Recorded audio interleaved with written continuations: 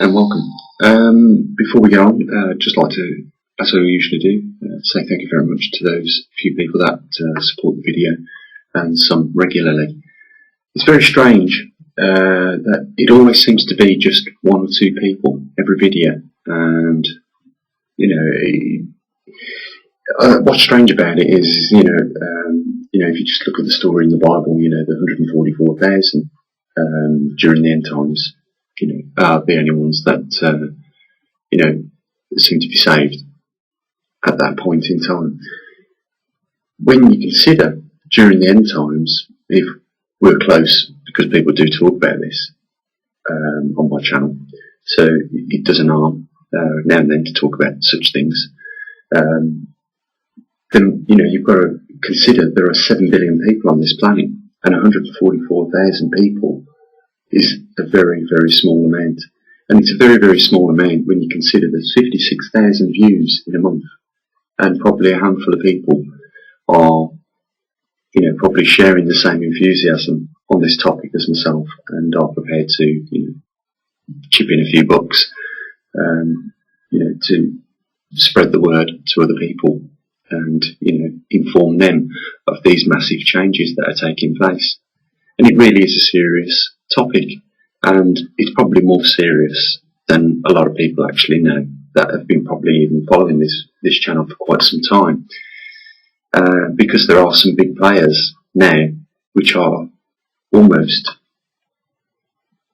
no longer able to cover up the fact that they are actually doing something about the magnetic pole shift with regards to industry. I believe some of these companies are directly funded by the taxpayer, and the taxpayers probably aren't aware of it. It's probably being filtered through black projects or black operations, into these companies such as Monsanto, etc., etc.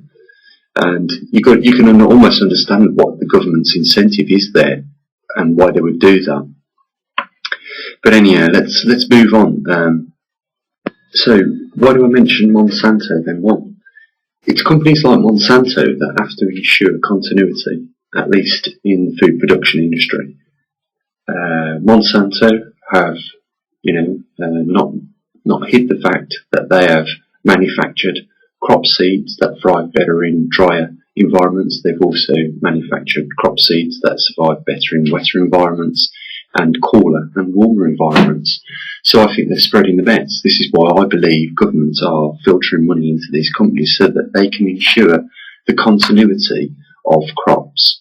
Remember in the last video I said to you, you just couldn't pick up a country and all its people and move them to, the safe, let's say more equatorial region on the earth where, during an ice age probably would be the most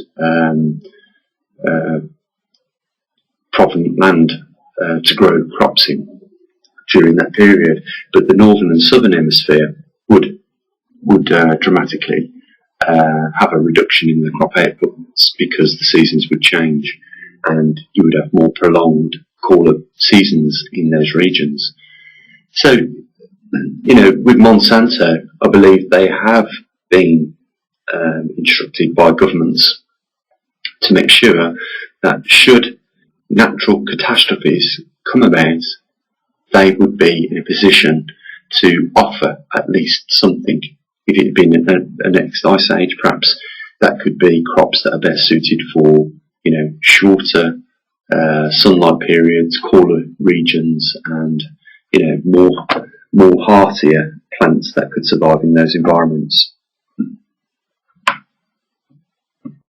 So you could say that Monsanto looks good to be in a position to bring forward GMO crops if the world possibly goes into the next ice age. Problem is right now with what Monsanto are distributing is crop seeds that are suited for environments, and the problem is with the environments at the moment is they're very much in a climate transition, and you probably are aware of this yourselves. The amount of people that have said to me, you're right, we're not getting proper seasons anymore. It's becoming, on average, a cooler climate in this environment. And, some people have noticed certain species of trees that are probably more tropical originated from, struggling in more northern latitudes. But I've got a lot of issues with the company, even to the fact that, I disagree with their ethics. Yes, they're struggling to guess climates right, so they provide the right seeds to the eastern farmers. We know what's going on there. It could be a land grab. I mean, it's open to speculation, but all I can say is it's just bad news. Farmers are borrowing money in these poorer countries to purchase seeds which are being guaranteed to grow in seasons. The seasons are changing. Monsanto puts their hands up and says, well, that's what was forecasted, we're only as good as the forecasts. And the farmers then remortgage the land, buy more seeds for the next season, probably on going with what this last season's was, and lo and behold, climate shifts again. And, they're pretty much out of business from that point, and they've lost probably the lands that they've had, given to them over generation after generation. So it's a big failure on their behalf, and it's no wonder why we hear these people, committing suicide. It's a tragedy. If only these farmers was to stick with the original seed crops, as I believe Iran have now withdrawn their some of their seeds out of the Svalbard seed bank, because they want to go back to the originals. Another country that's doing nothing but organic is Russia, massively invested in organic crops. The other thing is that not only can these GMO seeds not cope with changes because they're modified to cope with a specific weather and environment. The other problem is that our ingestion systems, I believe, do not recognise GMOs as a food type, and I believe that's why it causes all these mutations that we see in the rats in the laboratories. It's a physical enemy of our body, and it's certainly nothing that we've been evolved to put in our digestive system, because our bodies, I believe, don't recognise the chemical or biological makeup of these plants, and it physically does not know what to do with them. And this could be also fitting in line with the eugenics that we briefly touched on. And we all know about what eugenics is about. It's about reducing the population on Earth. Whether or not there needs to be a population reduction, it really is a topic for debate, I suppose, but there are fors and againsts. If we continue right now, using up the resources in the same manner as what we are going to run out.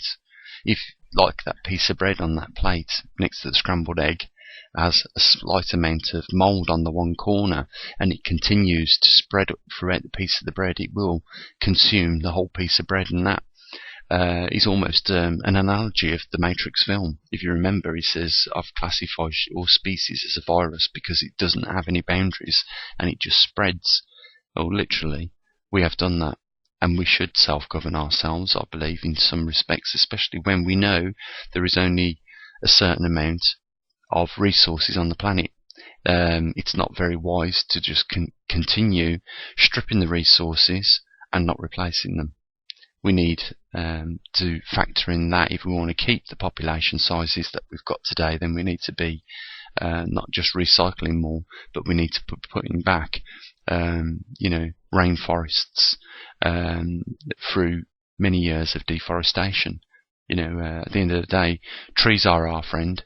They give us oxygen, and in turn, they filter out, CO2 out the atmosphere. And even though scientists more closely related to governments are saying that CO2 is causing the climate shift, we know that's not the truth, because we've monitored sunspot numbers depleting, and we've checked 400-year records, and we see that when sunspots deplete, so does the climate go down. So it's not caused by humans, first of all, and it's certainly not caused as a result of humans putting CO2 into the atmosphere, because now we're seeing the temperature drop, whereas before it was riding nicely high, just along with if we overlaid the CO2 information and data on that temperature chart, we'd see them ticking off together, but more recently we're seeing the temperature drop now, and that is because we're in a low solar output era. Some scientists believe that there is a 200-year cycle, but I've studied sunspot cycles as far as they go back, and I've not managed to see a 200-year cycle, but I do know that when the sunspots deplete, so does the global temperatures, and that should not be too hard to understand. I'm pretty sure that if a child was asked the question, what makes it nice and warm outside, they say when the sun shines. So, obviously if we're going to get more output from the sun, it's going to be warmer, and the climates are going to be warmer. So, whether we go in, cycles or not, to me is irrelevant for that point. Now, I'll just briefly touch on the subject of deep underground bases. There are various types. There are militaries, as well as possible privately owned, and I believe there are some for civilians. At least Russia is building massive underground cities for its civilians. The question I want to ask is, who is funding this? I think we could bet that a lot of the government money is going into this, taxpayers' money. A lot of private industry is going into it, but more than who is paying for this, it's what are they being built for. These structures are immense in size. They cost in the regions probably of trillions of pounds. And the question that I ask myself, and probably you ask yourselves too, is why go to such extremes for no reason? There must be a reason. And how long have they been building these bases for? Well, we could say for at least the last 50 years, in the size of the bases that we know that they are building. I mean, I've seen trucks driving for literally miles excuse me, in some of these bases, and I've heard statements of people that have made deliveries to these and now are taking food down into these bases, and they are certainly preparing for something within these bases. So, the next thing that I would ask is, so what is it that the government know, and how long have they known for? And, if you ask me, and it's not just because of my interest in this topic and the research that I've done over the years, but if you asked me, I'd say it's pole shift related. You see, because people don't understand, pole shift is a massive anomaly that takes place rarely on this planet. It is responsible for the atmosphere disappearing on Mars. And when it lost its magnetic field, it also had its atmosphere stripped away. We are down 20% on our magnetosphere protection right now, and it won't be long before, if not already is taking place, sputtering, which is the decay of the atmosphere. And it's not just the effects of the magnetosphere collapsing and that transition when we go through the 40 degrees into the wheat field lines when the poles start to migrate quicker. This is going to be something that even after that point, is, as we've seen it take 100 years to get to this point, it's going to take probably 100 years to settle down back into a normal climate again. And the problem is with this, it's going to put pressures on governments during that period of time to be able to feed their residents in that country. The energy is going to be a big factor, because every one of us needs energy of some sort to cook with, clean with, keep our modern day lives on norm. And the changing climate affects everything. It really does. You start getting ice on power lines, then they're going to fail if your magnetosphere's at an all-time low, and the protection from the radiation from the sun, is going to have an effect on the grid, possibly knocking it out. And they have talked about this here in the UK and put it on the news that they are expecting such a flare of the sun at some point that will do that because of it being overdue. They're talking about a Carrington event, reoccurring. So, I just feel And the reason why I'm showing you pictures of these Indians is that it probably would have been easier for them at their time to cope with a magnetic reversal, because there was, first of all, no borders. If there was a warmer climate, these native Indians would migrate just like the animals do. If you ask me, they was living more alongside nature than what we ever are today. I mean, our cities are artificial. Without the regular input of food and energy into a city, the city dies very quickly. I mean, especially if it sustains life for about 1 million or so people, as soon as the trucks start moving food into them cities, trouble starts to erupt in them cities. If the grid goes down, we've seen the films what happens during those periods of times. But if you compare to the way the native Indians were living, then it wouldn't have even affected them, and they would have sailed through such events.